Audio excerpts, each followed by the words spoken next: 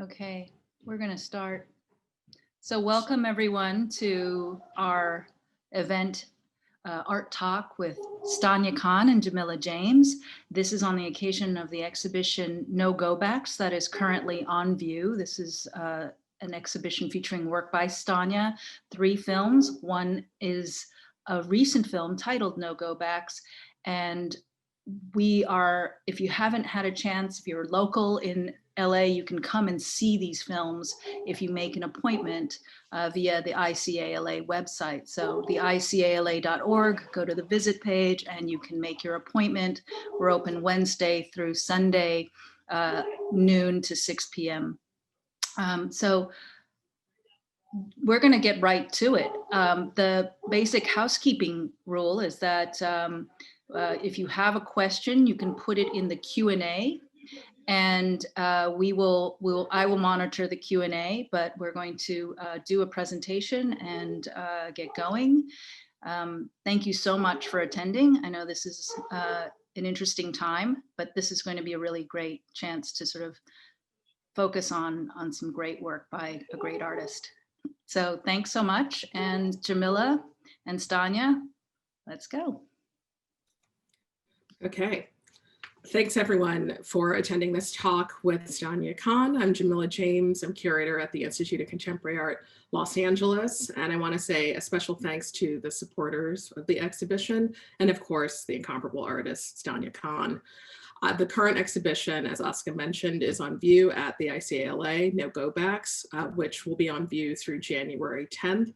It's comprising 3 films from over the past 10 years, including No Go Backs, the latest film, which was completed earlier this year, making its LA area debut, Stand in the Stream from 2017, and It's Cool, I'm Good from 2010. You can check our website to find out the exact schedule of these screenings so that you can make an appointment and come on downtown. These 3 works together offer a distinctive take on life under late capitalism and how language and power can impact our lived experience, both collectively and personally. So Stanya, I'd like to start with talking about the latest film, No Go Backs. Let me cue up the PowerPoint. And just want to quickly say hi to everybody. I can't see you guys, but thank you so much for being here. And thanks, Jamillah, for doing this. Yeah. Yeah, very excited to have this chance to talk with you. So first things first, how and when did you start working on No Go Backs? I started it early in 2019, and it it really kind of came in a different way than a lot of the other works have come. It sort of came all in a rush and quick vision. I was up in the mountains, actually in the Eastern Sierra, and scrolling through Twitter in the middle of the night, and it was snowing outside, and thinking about the state of the world, and thinking about the kids, thinking about the youth who were really kind of on the front lines of so many struggles at the time. And then also, of course, immediately your mind goes, oh, right. And all through history, there have been teenagers and young people really on the front lines of, from the civil rights movement to Palestine, to Ferguson, to Baltimore, to the Arab Spring. There have been teenagers on the front lines. And I was thinking in particular about this ticking climate clock that people were talking about at the time. And a friend of mine, another artist, had said, hey, there's this house up here near Mono Lake. If you want to use it, the owner is offering it to some artists. And I was like, no, I need to go back to LA and make a film. And then that night, I was having all these visions just started flooding through, and they all sort of came together. And I was thinking about young people needing to create a whole new way, and suddenly imagined them kind of traversing this route along, really kind of following the water, the way that water comes to LA. I was imagining them kind of following the route of the aqueduct up and out of LA into the mountains. And then it just came really quickly. I could sort of see it in my mind. And so I called her the next morning. I was like, actually, yes, I do need that house. I need to make the film up here. So, and then shooting started really fast. I was working with Lucy Zimmerman and Jennifer Lang at the Wexner Center, who were supporting my show there. And so I basically made the film kind of for that show, really, and knew that I wanted to shoot it on 16 millimeter film. And Jennifer at the film video program there at the Wexner Center, which is really an incredible program, sent me the camera. And I just got going on it right away with their support. Yeah. And so that's just the nutshell of kind of how it came. I mean, the thing about things when they come quickly is also, of course, that you've been sitting on, that the material's been sitting in there for a long time, and you're stewing and you're metabolizing and trying to digest the amount of bad news that's constantly flowing inward, kind of all the time, right? So it's an ongoing thing. And that one just came rushing through, really clear and simple, which is not usually how the process is for me. Sure. Yeah. And the film features a cast of teenagers, and you've cited all of these instances where the young people, the youth, have been on the forefront of making change possible wherever they are. The teenagers in the film are your son, Lenny Dodge Kahn, and his friends Elijah Parks, Marisol Prieto, and Serafina Prieto.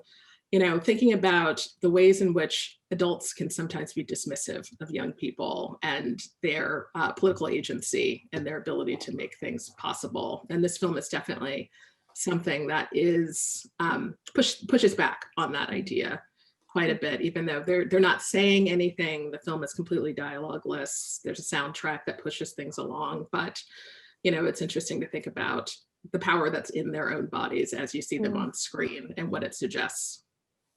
That's a nice way to put it. Yeah, that there are no grown-ups in this world that they inhabit, right? There's kind of this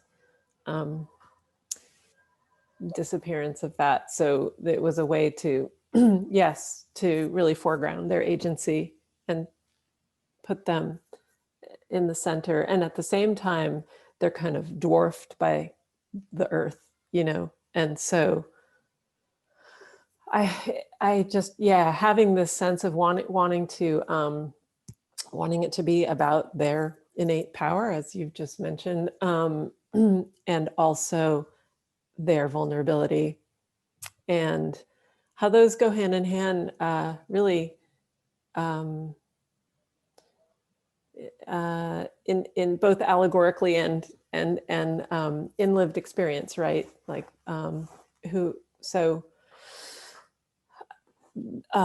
thinking about how, teenagers, right? They're in this hormonal storm.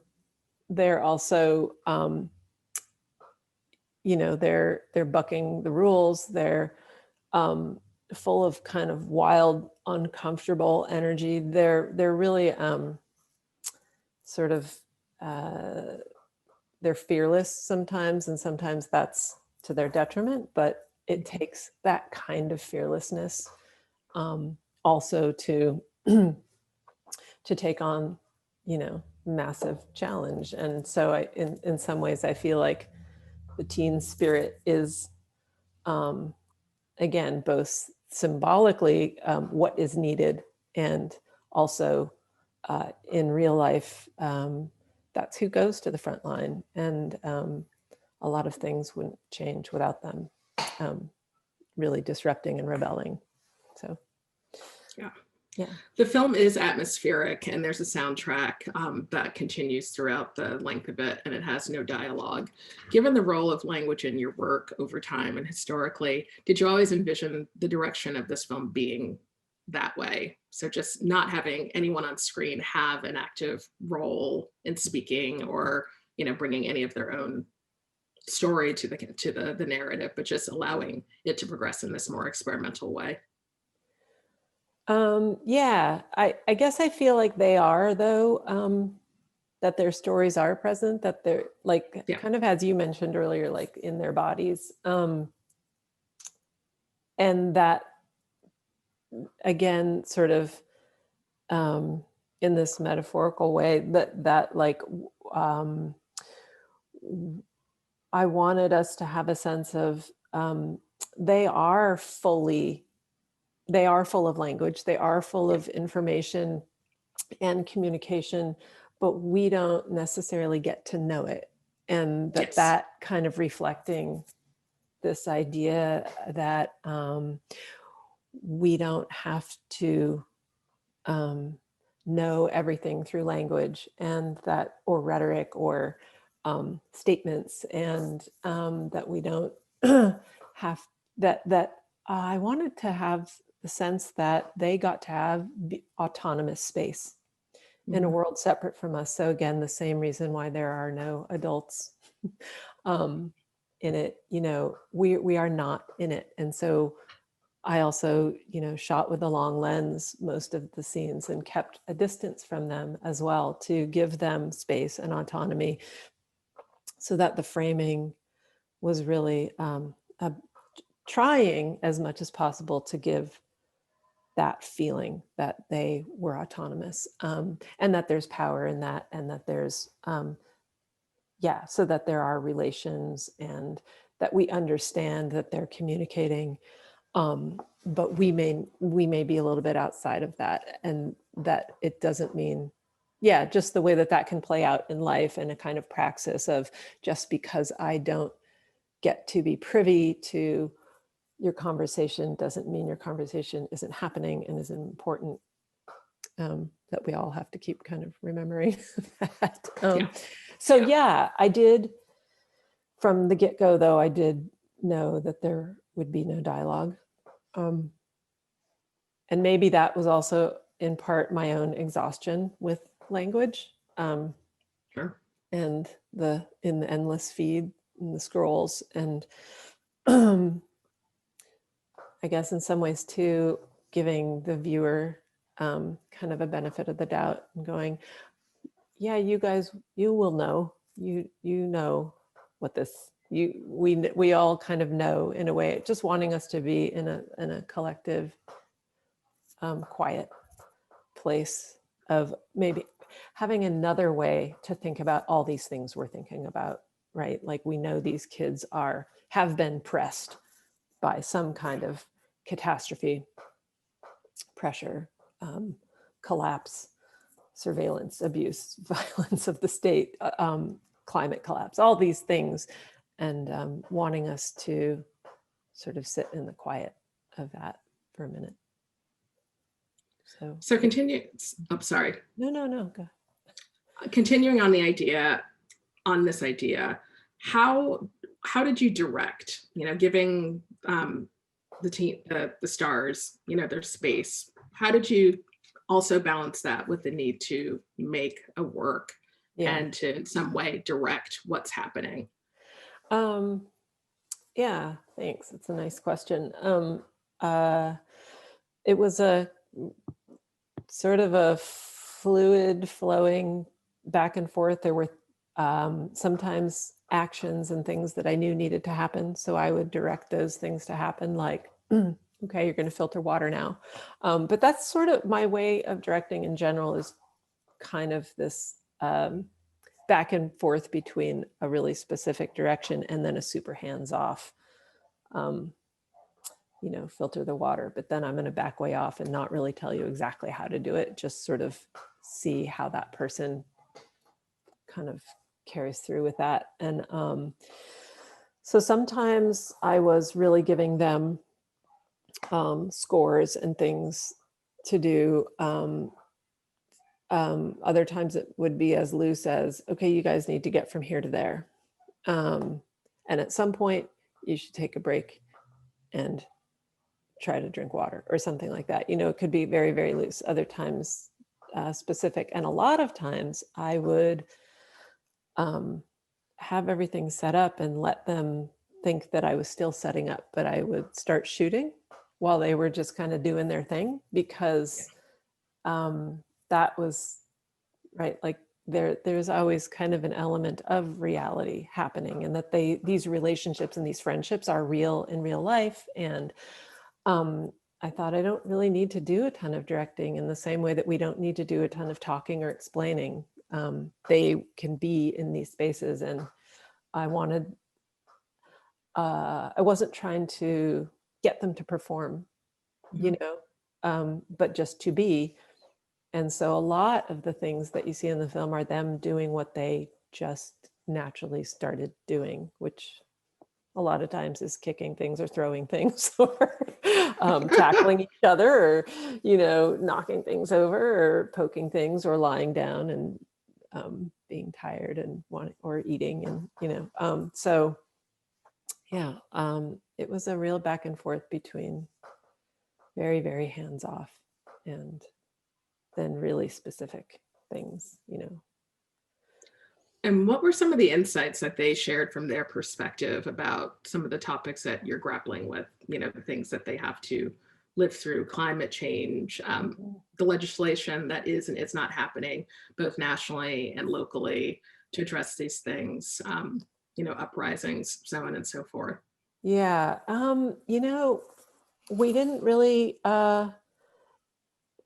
talk a lot about that. I mean, we did, you know, in some ways, but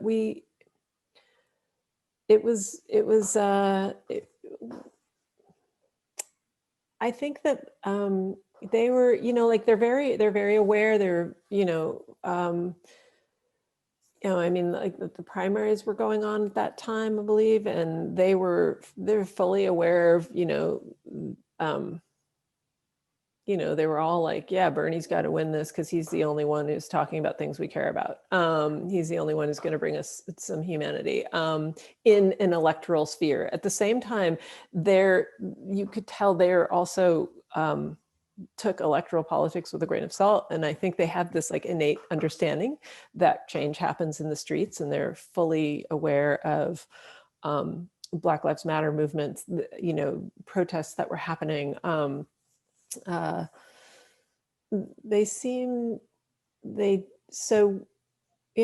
I mean, I think that they also ride a fine line between what maybe like sometimes I get a hint of, is it an overwhelming fear, this idea that the planet is dying and we're killing it, and this whole idea of this clock ticking, and I think they take that very seriously, and they kind of get it in school, and they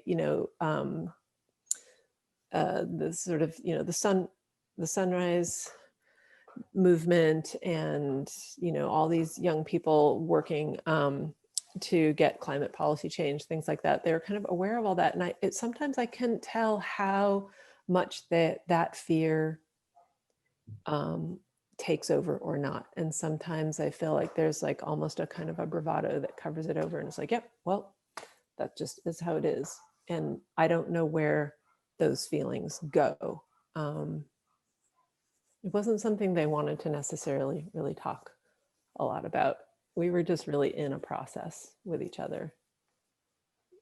Got it. That makes sense. The film, yeah, totally makes sense. The film was completed before the pandemic, which it's kind of hard to imagine or remember life before this moment. And now, we've entered into another chapter with the election last week. And I'm wondering, how has your thinking about this work shifted to accommodate for these two very historical and monumental things that we've endured? It's funny, like my first thought is to think, I don't know if it has shifted, because the context out of which the pandemic rose is the exact context from which this film rose. You know what I mean? Like, capitalism, settler colonialism, white supremacy, the terrible politics of both parties, the inability of did I disappear? Am I gone? Can you guys see me? No, I can still see you. Okay. Yeah. I can't see me. You know, all of so in some ways I'm like, well, no, I don't think it shifted in a way, because the conditions are exactly what gave rise to where we are now, in the horrible response to the pandemic, like the terrible just abandonment of people, and the lack of care. I mean, of course, I couldn't know what it would look like or feel like, and I think I certainly, None of us imagined that. No, at all. And at the same time, scientists have been telling us for decades, this is coming. If you destroy biodiversity, you are going to have viruses that come one after the other, to which we will not have quick vaccines or easy fixes, and tons of people will be wiped out. So, you know what I mean? Like, in the back of my mind, Yeah. as a sort of end times maker, if you will, it was something I was always kind of aware of, right? So pandemic is in that pantheon of bad things that cycle in my mind. And you know, the mask that Elijah wears in the film, with it's like got like teeth, like kind of skull teeth on it. I had gotten the year before when I was doing a residency in Singapore. And in Singapore, like, they're already kind of like, when you get off the plane there, your body temperature is read by a machine, and you can't come in if your temperature is a certain, you know, and there are masks all over the place, and there's super sophisticated surveillance. There were these surveillance systems that could tell if a certain number of people were gathering in a certain neighborhood, and authorities would come. And it could have been a group of kids just hanging out and gathering, but because there had been an uprising in that neighborhood a few years before, there was now this kind of advanced technology. So surveillance and pandemic, all these things were on my mind as factors that are going to exist or coexist in heightened levels in the world, that we're kind of this bed we're laying for ourselves. So it's an interesting question. I don't know. What does it shift for you? Like, if you had seen this work before? I think it makes it all the more urgent, you know, because now we are in this situation that seems completely interminable. You know, and it is part of a continuum of bad decisions and bad actions that have impacted people, how we've contributed to this. And now, you know, there is this panic and this frenzy around these ideas, but, you know, the solutions are slower coming, and, you know, time's running, you know, running out. Yep. For us to do this and to, you know, leave a world behind that is slightly better than what we have right now for the people after us. Yeah. Yeah. I mean, I guess if the pandemic helps us feel even more urgent, that's good. Yeah. But I mean, obviously, what a terrible expense. But yeah, I guess I was feeling that. So yeah. So I'm gonna move on to talking about Stand in the Stream, which is another one of the works that we have on view at the museum right now. The production of this work spanned for 6 years, and in many ways sets the stage for No Go Backs. So I was wondering if you could speak a little bit about the relationship between these two works. Yeah, it's one that's like, excuse me, you know, never pre-planned really, but in some ways, as I was making No Go Backs, I started to realize that it was like a kind of sequel in a way to Stand in the Stream. And, you know, I didn't set out to make a sequel to Stand in the Stream. Sure. But then this sort of became that, in a sense, not only because of the threads that carry over, like in Stand in the Stream, you know, we see baby Lenny as he's growing and as his grandmother is dying, and that generation, she was, had been an activist and a shipyard worker. And so the sort of, in a way, again, she's allegorical as well. Like none of the works really ever are meant to be autobiographical, just to say like, that's sort of not my interest, right? But just Sure. sort of the arc of her illness seemed suddenly like a framework that was useful, again, to where we could maybe think about an earlier generation of activism, an earlier generation of workers, or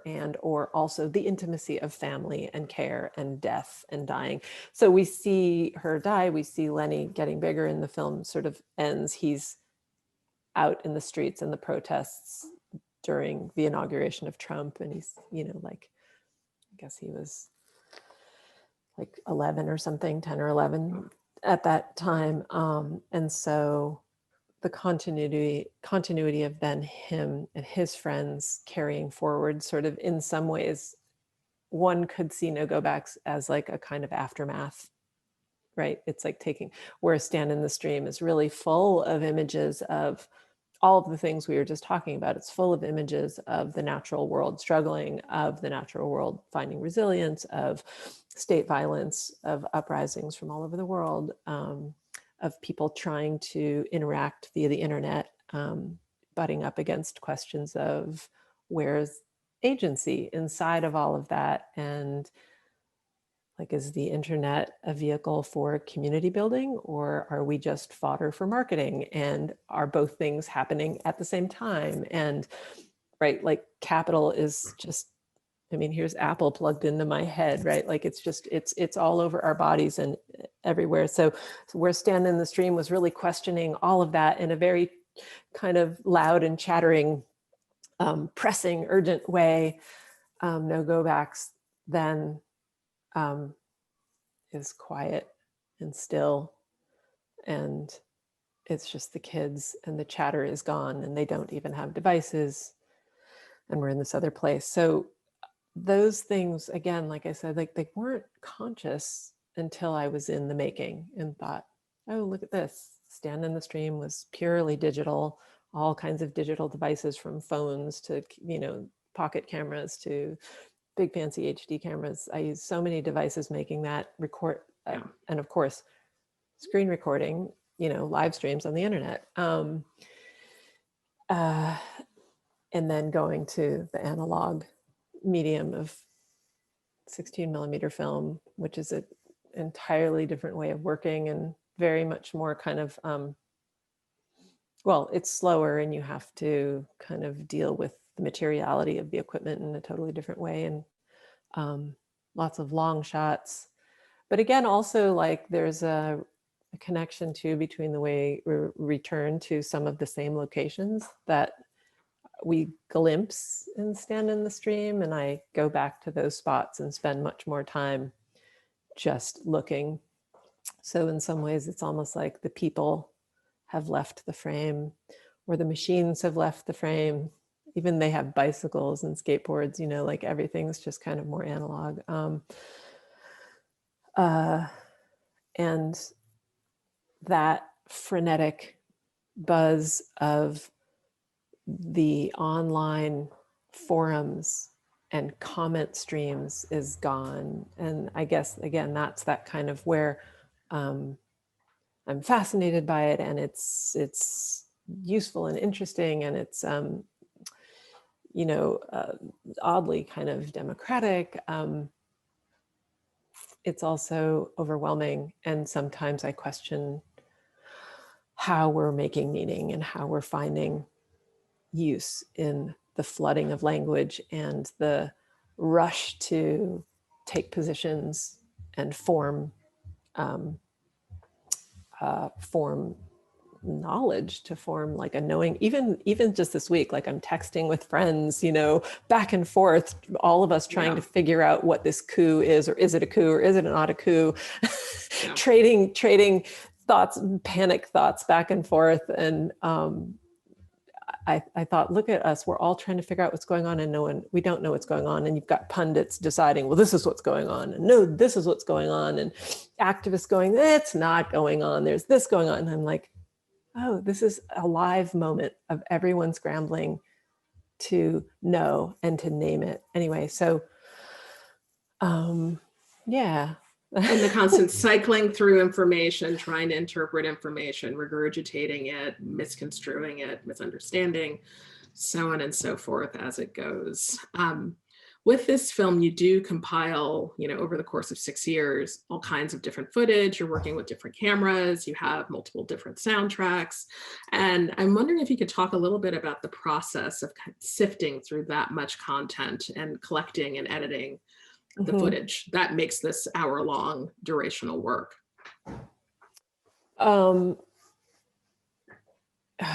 Well, it was a real mix of processes.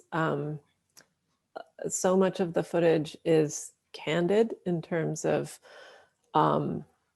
I was trying to capture and record things as they were happening, as I was noticing them in real time. So whether that was, at my mom's bedside or on the subway or out in nature or at home, raising my kid.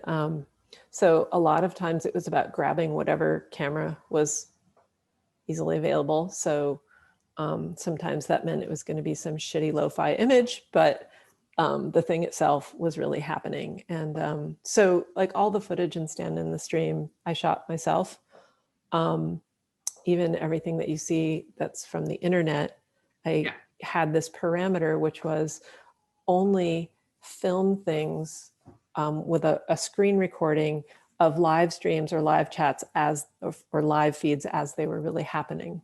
So there was never a kind of picking through the internet to find pre-recorded things that existed.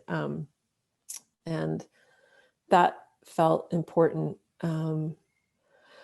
as a way of trying to be present, as a kind of a practice of like, can I be present? Kind of again, as a, filmmaker making images, but also that also works as a way to limit what I could include. And that felt like a good parameter of like, include what your body could be there for, even if that meant like waking up at 2 a.m. because it was such and such a time in, Brazil or Egypt. And I wanted to get that, be able to live stream what was happening there at the time, that kind of thing. So the process also was, I've never done anything like this before where I let a thing go on for so long. And I was working on it the whole time. Again, I never thought I'm going to take the next 6 years to make this film.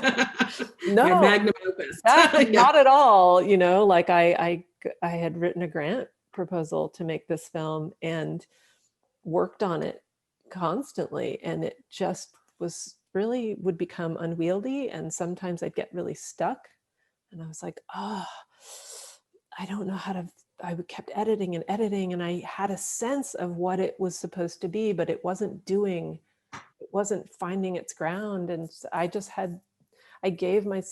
was like, well, then you keep working on it until you can make it until you can make it good or to make it do what I was hoping it could do. And so I made a whole other feature film in the middle of making this film because I got so stuck, and then there was support to make another film. And so I did that. And then when the money is gone and the support is gone, I was like, oh, well, you better go back to working with all that footage in your hard drives because you have no money to hire a cast and crew.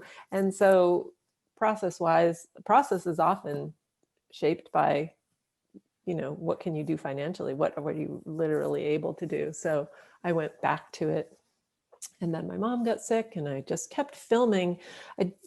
And the filming, it wasn't just random, turn the camera on all the time. I would turn cameras on when I saw something that compelled me in some way around the psychic material that was going into this film, which again had to do with power and resilience and or absurdity or struggle. And so, if I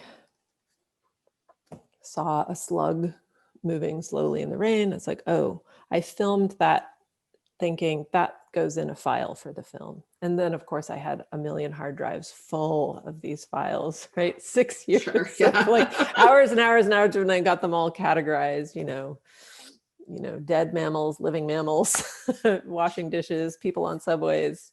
And so the process was, but it was always kind of about seeing things that seemed to connect and then filming those things. I could, yeah. Sorry, I don't know, remember even what your question was, but it was something about the process and the cameras. You got it. No, Okay. No, you got it. Okay. To that end, the film does jump back and forth across time and geography and in and out of the space of your personal life, glimpsing into your relationships with your mother, her health, and also your son, along with the shifting sociopolitical terrain. With a project of this scale, how did you manage with striking the right balance and tone between these two different types of content? I don't know. How did it go? Did I manage? You did.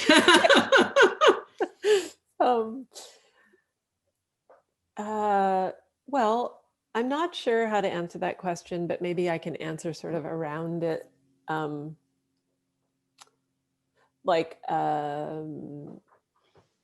Once I had decided to use the footage of my mom, some of my concerns around that and my hesitation around doing it at all was that I thought, this is so intense. I don't want it to be easy, as in, here is this material that is going to pack a certain kind of punch because it's heavy and real. So I needed to go about editing in a way that could somehow deflect, what's the word, that to edit in a way that could let that footage do its work without tipping over too far into sentimentality or exploitation, or it was tricky. I think that was the trickiest part. And also, so that was one way that I was trying to manage the tone.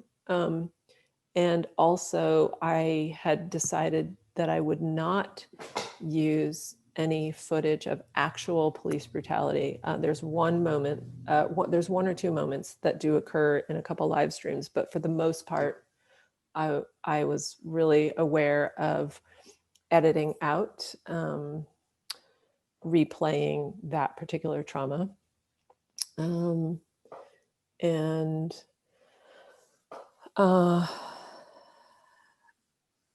I was trying to, I mean, the editing, obviously, like the editing is kind of the biggest part of my practice. And so it's what I really spend the most time doing. And the editing on this, yes, it was just like, God, it was fine tooth combing and shaping and cutting and shaping to find what I hoped could feel like a flow for the viewers.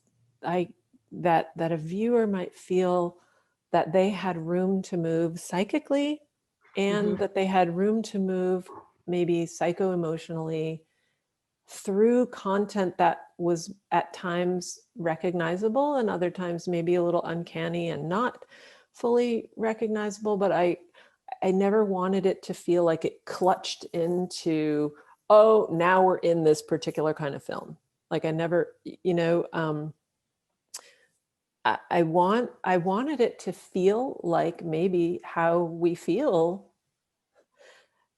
in all our complexity, going through our lives, that we are embodied political beings, that there's not a separation between, we are inscribed by power every day, constantly in our proximity to or relationship to access and agency. And I wanted that to feel embodied somehow. And that also there's still music and spiders and octopus and cows and grass and loved ones giving you the finger and, children, needing snacks and your time and attention and all the things. I guess I just wanted, to try to make a film that was not didactic about my ideas, but that didn't disappear them either. So that somehow and again, I don't know if I'm answering that. You're doing great. No, it's, being able to occupy all of these spaces, because we're all complex beings that have, the personal interpersonal dynamics that we deal with and how complicated those can be. Also just our day-to-day experience in the world, which is of course marked by things like class, race, gender, so on and so forth, and how all those things coalesce into, how we experience the world around us, and, how power and corruption and the government, being emblematic of both of those things at times, can impact, our day-to-day. Yeah. So I wanted to talk a bit about the epigram at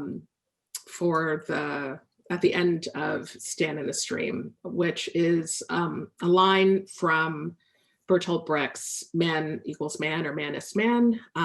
You can read it here.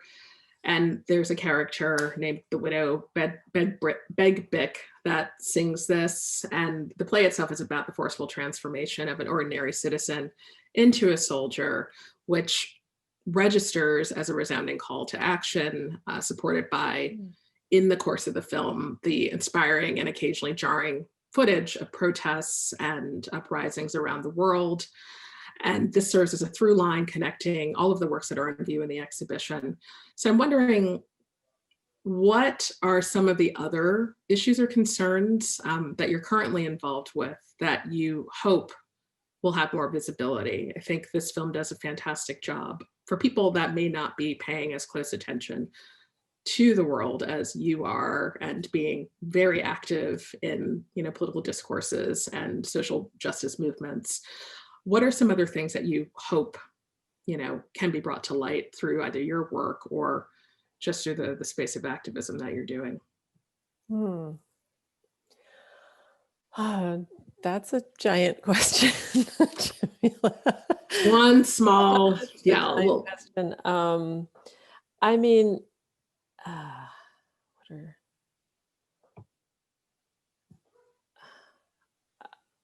in this moment, abolition, I guess, biggest thing on my mind.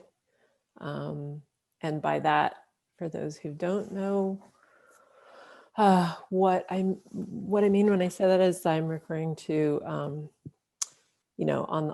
the one level, that means abolishing the police and prisons and the carceral system. But that doesn't mean, oh, tomorrow they are just gone kind of thing. It means a kind of dismantling that also involves developing systems of community care and mutual aid, and taking care of each other, so that the whole complex system of need, let me see the most graceful way to say this. The most graceful thing I could probably do would be to say, is to read Ruthie Gilmore, read Joy James. There are lots of people working on abolition, but in the nutshell, to say that abolition means creating a world that is about taking care of each other, so that there is no need for carceral systems, and there is no need for police. And I believe right now, I mean, there is no need for police right now. They just function to protect property and hurt people. So I guess just in the nutshell, I guess that's the biggest issue on my mind. And of course, how we address climate collapse. And I think, again, I would look to like indigenous land back movements. Seems like an important place to go to find leadership around how that should go in terms of protecting the planet. But really, you know, I'm not an activist. I'm an artist, and I'm a person who just as a citizen is engaged with the political world, and but I'm not an organizer, and that's like full-time hard work, Hardcore, yeah. hardcore that people are doing on the ground. And I don't identify as an activist. I don't see my work as carrying the burden of social change. I don't know that art can. I think that art can feed us in all kinds of other ways, and I'll obviously keep making it. Like all of these concerns are in me and in my body as I'm making, and in my mind and my psyche. And I'm definitely crafting the works to hopefully have certain kinds of effects, whether it's on maybe a viewer can sense their own agency, like in that, you know, that character from Brecht that I quote from in the play. She actually breaks the fourth wall, and she addresses the audience as Brecht often would write into his plays to do.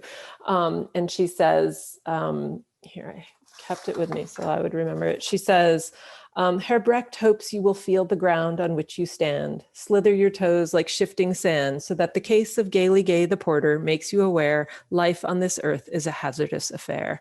So, you know, in that way that Brecht would often have the lights come on in the middle of a play, or something so ridiculous happened that the viewers would start arguing with what they were seeing on the stage. That, you know, my hope is that my work could have some kind of effect in that way, that gives a viewer room to feel their own sense of questioning and things like that. But I don't,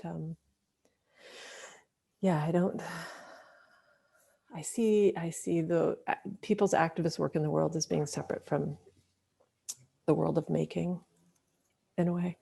And again, I don't know if I answered your question, but You did. Okay, these are good hard questions, and I really appreciate your thinking.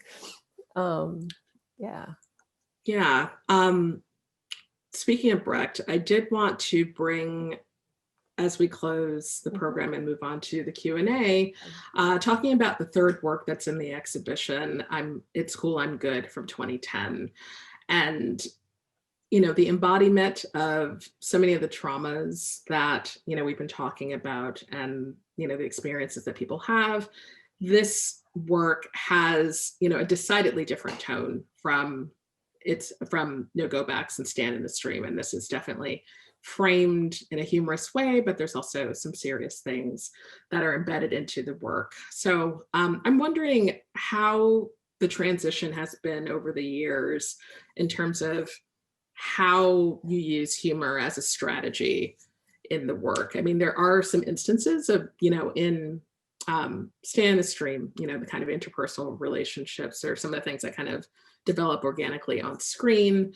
You know, there's other other works that you've made over the years that still have this, but I'm curious about, for you, how do you think about the transition and the change of strategy? You mean like how the work is not funny anymore? It's easy to, you can find humor in a lot of things and everything, you know. Yeah, no, it's again, a really hard question. And I think that, well, in some ways, you know, like It's Cool, I'm Good, like that's me and all those bandages. So when my own body is performing, especially kind of re-embodying you know, severely injured, a traumatized state, my own coping mechanism with trauma has been a lot through humor. or deflection, and deflection with joking. Hence the title. It's cool. I'm good. Which is pretty much like the story of my life. And so I think that there's a much more direct line to humor when I am performing, because that is my mode of how I deal with heaviness. And yeah, that shifts when I'm behind the camera. I mean, Don't Go Back to Sleep is a film that I made. That was like the next thing that I made after this. I mean, big thing that I made where I really was behind the camera, not performing in it. And it's not quite as funny, but it's still funny. But heavier. Like the work got heavier and heavier. And then, I don't know, sometimes things that I think are funny, other people don't think are funny. Like if, people come into the studio and they go, whoa, that's so grim. And I was like, oh, really? I thought that was hilarious. Sometimes it depends on your proximity to your trauma, that what you may be able to laugh at or not. But also, I guess I'm like maybe with no go backs, I think whatever that same energy is in me that makes comedy is the same. It's the same energy there. It just is a different form. Like it's the same kind of like coming from a soul place, like a heart, like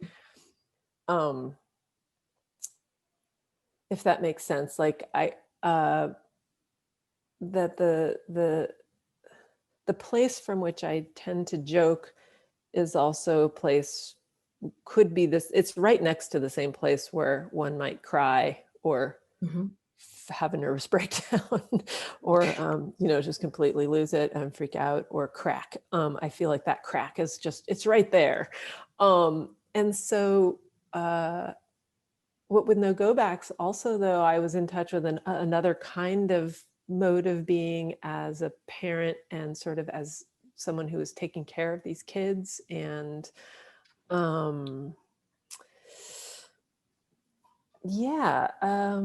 really stepping back and asserting less of myself and letting them be. And so if they were joking around, then they were joking around, but I never was directing them in these ways that I knew would become like kind of a slapstick but also I think, and that was made in a mode where, man, it's hard to be funny right now. But, like it's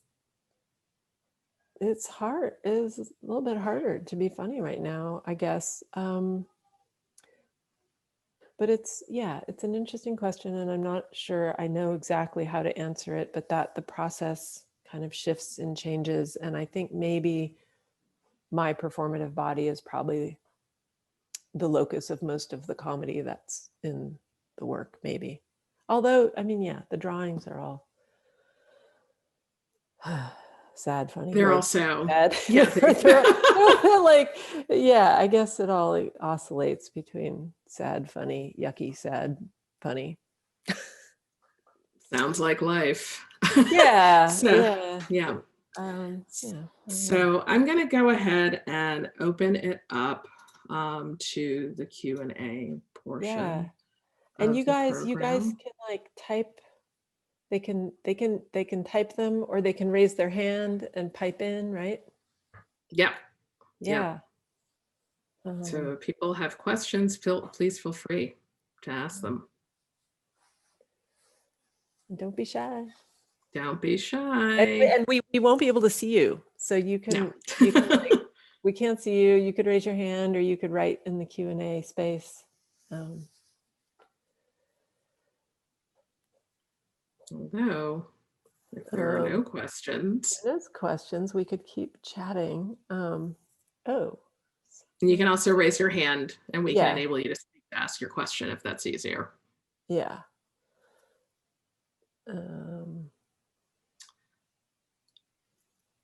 We do have a question. Yeah.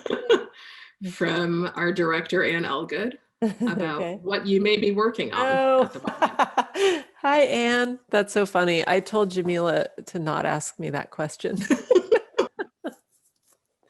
It's so funny. I am, what am I working on? A really kind of very long-term film that I've been trying to write for a few years that that's really hard to write. And some drawings and yeah, a lot of drawings. I don't have the money to make the new film right now, but I also don't know how to make it because it's going to be complicated. So I'm trying to figure out. And I think it will be really beautiful and exciting once I can figure it out, but it might take a few more years. I don't know. I'm also just like, I've got a teenager at home 24/7. I'm single parenting through a pandemic, the homeschool, and so there's a lot of just work on life right now. Yeah. Well, here's a question for you, Stanya. I mean, the way that video technology has changed over the years, with installing this exhibition, there were some things that came up in terms of the definition and the aspect ratios and how the technology has changed. The most recent film was shot 16 millimeter and then transferred to 2K. And I'm wondering if there's like other things that you're looking forward to exploring or experimenting with in the service of the work. I'm not going to make VR. No, I mean, never say never, but you mean other kinds of formats of filmmaking? Yeah. Yeah. Well, having the experience of shooting on film just made me want to only shoot. I was like, oh, I just loved it so much. And I really, really, really would love to shoot another film on film. But it's so expensive. Yeah. But I really loved that process and I fell in love with that camera and would really like to do more actual shooting on Super 16 or even maybe someday 35. I'd really love to make another film. Look, we have another question, I think. Yeah, we've got a good one. Oh, wait, how much? Okay. Go ahead. Yeah, they're in the chat. From Virginia Swenson. How much of It's Cool, I'm Good was improvised versus scripted? Do you prefer one way or another in terms of making the work? Thank you for the question. I love that question because that film is really fun to make. It's mostly, that was a weird combination. Tons of improvisation, but oftentimes based on notes that I had. So I had done a ton of writing and I would have these, I like to write on those yellow legal notepads. And I would always have one of them just out of frame near me. And sometimes, the camera would be rolling and I'd be like, hold on. Oh yeah. You know what I was going to talk about? I was going to talk about this. And then I would pull something from the notes and then talk about that. And then oftentimes then that would just lead me to another thing. But one of the funny things that happened making that film was I didn't know what it was going to be like having all those bandages on. And of course I didn't rehearse with them on, and I'm a big rehearser and I usually do stuff like that, but I didn't. And because it was like a lot to do all that makeup and everything. So I like put it all on and then we started filming right away. And this, the kind of personality that character has really just sort of emerged very much organically out of that state of being in those bandages. So the nature of the character and then really emerged from being in that physical state. And so then the story also kind of emerged following that character. So it was very much made along the way, but with a ton of notes and writing that I had done. Yeah. So I hope that answers. And the follow-up, do you plan to be starring in your work again, or do you think you'll stay mostly behind the camera? That's a good question. I don't know. Maybe if I don't get any more money, I'm gonna have to start shooting here in the studio with the camera. I don't know, but yeah, I'm not sure. I miss performing. maybe we'll see. And there's some, oh, look, there's more questions in the Q&A. Carmen. So we have Carmen Argote. Does the drawing process for you connect with the filmmaking process? In which way? Oh. And does it converse with the editing process? Oh, what a cool question. Thank you, Carmen. Yeah, oftentimes drawing, I tend to draw when I am struggling to write.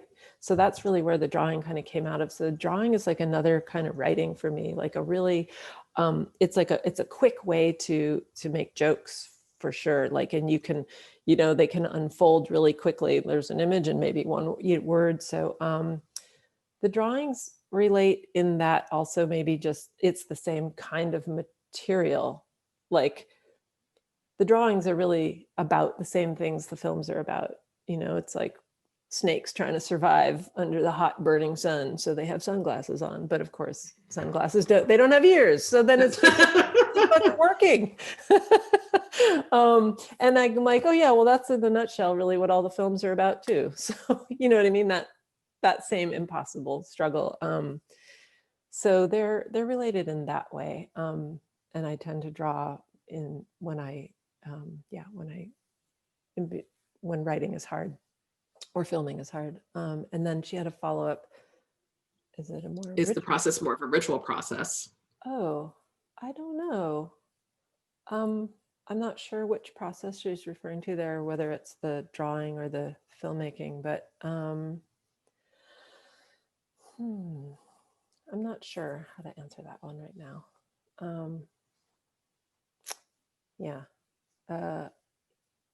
I would say no. It's more of a processing of ideas and feelings. Yeah. Oh, so many more questions. Dorit? Yes. Dorit, how have the youth of your film responded to the film, and has it been screened specifically for teens? Oh. At ICA, I would like us to have a screening for the young people. I would love that too. We were, like in normal times, thank you, Dorit, for the question. Before COVID happened, we had planned like this big blowout opening, and I was going to have the kids DJ and they were going to get to invite all their friends. And I really, really made the film for the kids. And I really thought we would be able to have this thing. And then of course, like we couldn't even really have an opening. And so the kids love the film. They really, and I was which was great, like phew.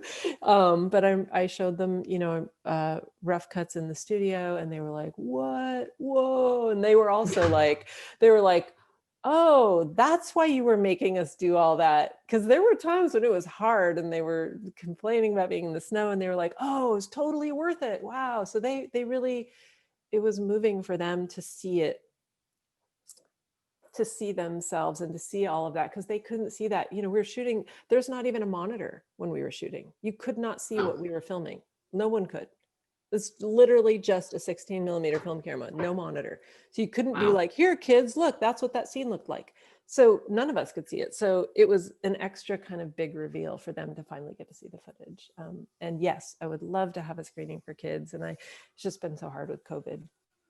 But yeah, let's see. Then we have a good one, which I was thinking about this question too, from Cindy Bernard. Are there artists, filmmakers you see yourself in dialogue with these recent films? That's always such a hard question for me. Cindy's an artist. I don't know how artists answer that. That's always such a hard one for me, because my first feeling is overwhelmed. Like, oh yes, there's millions, there's tons, there's so many. And I get easily overwhelmed. But sometimes, what's funny is sometimes I feel like there's like a backwards, like a cart before the horse kind of influence, where oftentimes I will see a work later and go, oh, that I can, for I guess a good example, and I talked about this with Ben Sheffy recently, is, this year during the pandemic was the first time that I got to see Handsworth songs in its entirety. Wow. Like it doesn't exist online in its entirety anywhere. This was the first. So I've been teaching clips of it and writings on it for years, and I have never gotten to see the whole thing myself. And I was so moved and blown away by it.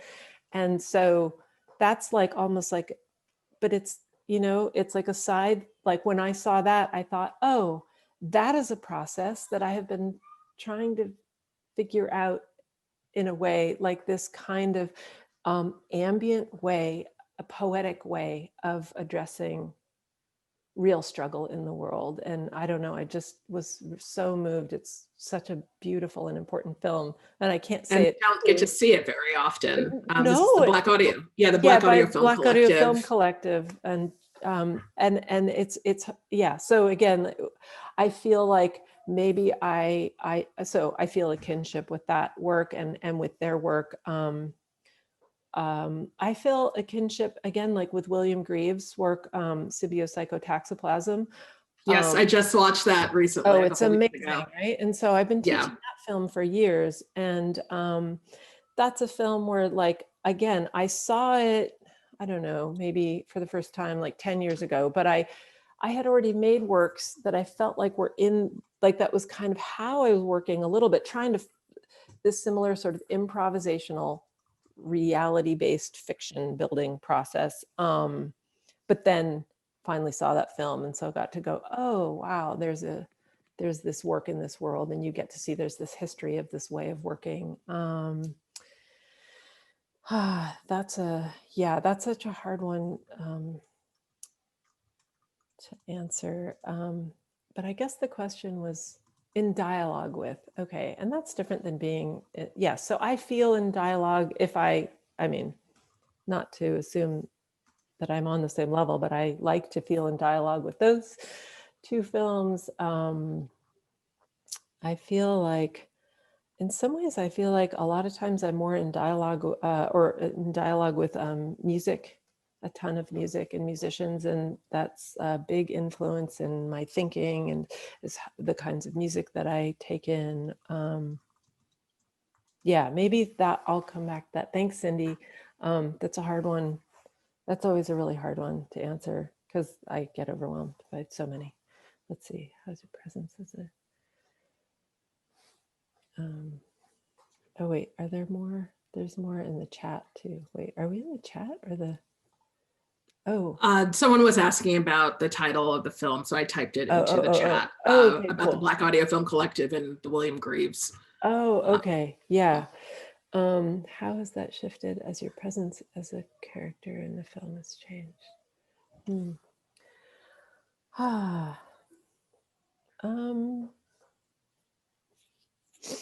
Yeah, works that I'm in dialogue with.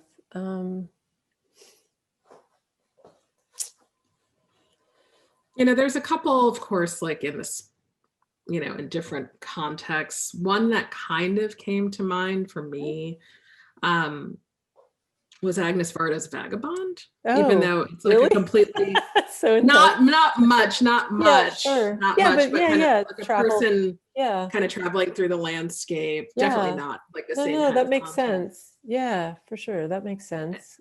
And just kind of the atmospherics also. Red Desert. Michelangelo Antonioni. I haven't seen Red Desert. I guess also like Fischli and Weiss's The Right Way. And again, that was a film that, it's Rat and Bear, and they're in the Swiss Alps. So if you haven't seen that, you should definitely watch it. I think they have it on Amazon. I hate plugging Amazon. There's other ways you can watch it, probably. A beautiful, beautiful film that I love so much. But again, it's so funny, like I didn't see that film until after like Harry and I had already made this film called All Together Now, and Masters of None. I had already made and actually after I had already made It's Cool, I'm Good. So I had been making these films of traversing landscapes in a character that is kind of dealing with existential crises. And then I saw The Right Way, and it's this these two actors in animal costumes, but they're really in the Alps and incredible landscapes, and it's shot on 16 and it's so beautiful and bananas. And they have this kind of strange, they kind of find each other, and then they travel together, and then they have a falling out, and then they come back together. But also they're in these big stuffed, like literal giant furry animal costumes. So their bodies are unwieldy, and it's just a great film. So I feel in dialogue with them. And that, yeah. I feel like that's sorry. Okay. No, is that a good place to stop? Probably not. Yeah, I feel like that might be a good place Yep. to stop, unless anyone else has any questions they want to throw our way in the next 5 seconds. Okay. All right. Thanks, everybody, for being here. I really appreciate it and wish I could see you all. Thank you so much. And thank you for your amazing questions, Jamillah. Thank you, Stanya, for being such an incredible and important artist, and for working with us on this exhibition, showing these 3 important works. I hope that everyone who's watching and will watch or hear this will come, if you can, to the museum to see these films in situ. Thank you, everyone. I hope that you all have a safe night, restful night, not doom scrolling on Twitter. But yeah, thanks everybody. And please, do make time to come to the ICA LA, make an appointment, join our mailing list, keep in touch. And thanks again, Stanya. Thanks again, Oscar. And thank you all for tuning in. Have a good night and take care. Bye. Bye.